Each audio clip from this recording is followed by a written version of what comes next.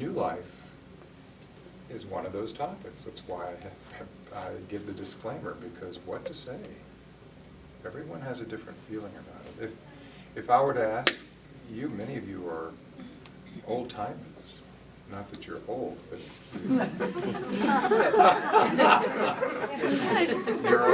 you're old timers. Well, you get a few white hairs up there, or a few less hairs. Yeah. But no, you're old timer. But if I were to say to you, well, when you think of new life, what comes to your mind? What comes to your mind? What is new life in your thought? I mean, we probably get many different responses.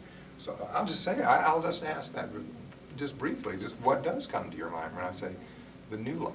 What does that mean for you when you hear that?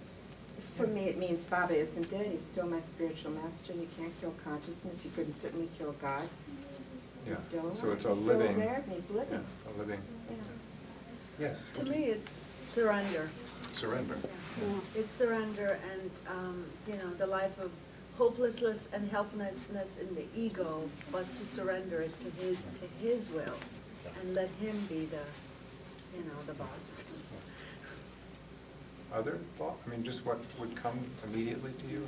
Unconditional love. Unconditional I mean, through these stories, it's just I cannot comprehend that all the followers had such motivation day in and day out, every hour, getting up, like 2:30 a.m. in the morning and doing the things that Baba wanted him to do, and they couldn't understand the rhyme or reason. There was no rhythm, there's no pattern, there's no rationality, and yet they would do it. They would do it, yeah. And I don't understand where they got the motivation to do all that, if it wasn't for unconditional love. Yeah. What were you going to say, Rafa?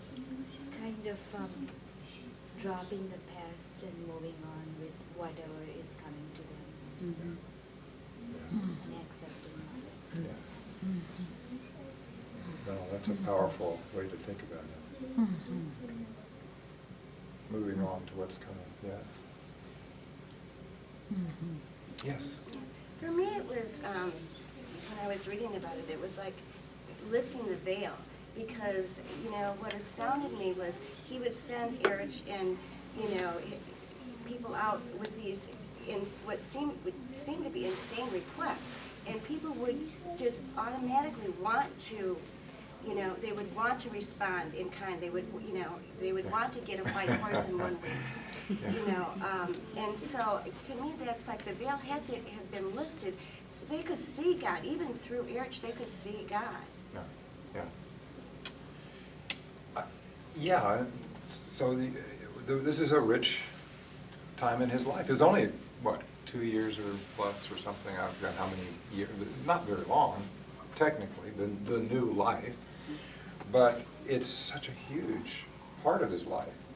Purdom says in his book, the most important chapter in my book is the new life chapter. And for some reason, it just looms so large. Now, Ryan, I don't know that the new life, is this something, do I have to... I think there's a few people who few maybe people you what could is the new describe life? it, Yeah. yes. So I don't want to presume, and you should, go or make a gesture or something, because otherwise, I told Ryan last night, this must be like coming in the middle of a movie. What? Why are they hugging each other? I don't understand. So just signal me if this gets completely into esoteria and you know what we're talking about. But I think at heart, just descriptively, Baba decided to leave behind everything that he had built all these years, or what he would sometimes refer to as the sort of scaffolding of his work. And in the old life, as sort of the master, he would give orders, and people would ask Baba for every little thing. And Pindu actually showed me, I'm just going to get off on these details, but you can't help it. Pindu would show me the old lists of things at Meherabad, where Baba would have to sign off, because Pindu was in charge of the money. And he said, yeah, look how he was, and he'd show me this, and Baba would sign his name next to every line in an account of buying the rice or the lentils or whatever. Baba's signature would be there. Yeah, see how he was? He wouldn't let us get away with anything. He said we couldn't spend this money, we couldn't do. And so that was the old life. He was in everything. And so many people depended on him for advice and this and that and directions and so forth. This was the old life. And so in 1949, all gone.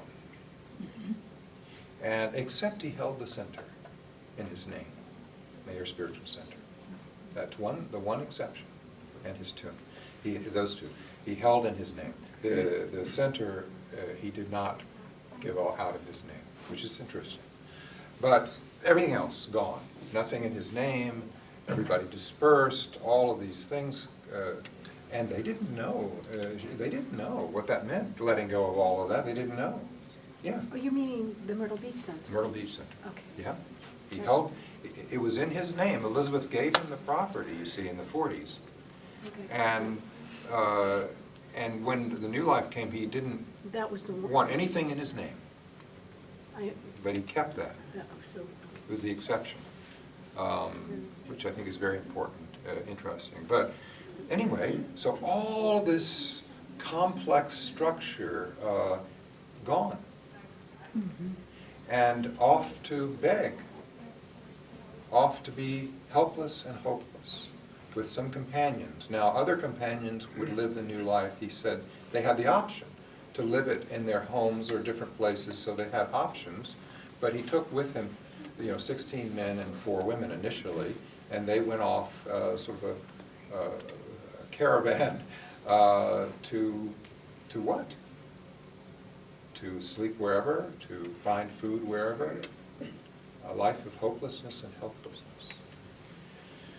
Oh, and there's so much to say what happened during that period, but I won't. But that gives you a flavor. Now, why would he do such a thing? Well, I'm not here to say why exactly, but I think you all have already indicated some of what came out of this new life. I asked Erich about this once on one of our walks, I guess in the 70s sometime. And I think I asked him this because I had been talking to Adi Sr., Baba's secretary, about the new life. And Adi was this time living in Ahmednagar, and of course Erich was at Meherazad, where Baba spent the last part of his life. So Adi was in a different place. And I asked Adi, I said, you were a new life companion? You went out initially, what did you do? He said, it was terrible, it was so hard. Oh, he said, you have no idea. We did this and we did, it was so hard. No place to stay, the rain, you had to beg for your food, and he gave this picture of really deprivation, and so he said, Charles, honestly, I didn't much like it.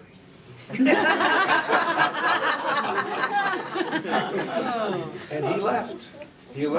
He went, and he still continued to live the new life because there were options, like plan A, plan B. So he said, I'll take door number 3, and I'll live the new life, but I'm not going to do this begging thing anymore. And so Adi, and some others went back, and the few kept going on. And so I got this picture from Adi, so I went to Erich and I said, I've been talking to Adi about the new life. Yeah, I said, so I wanted to see what you think.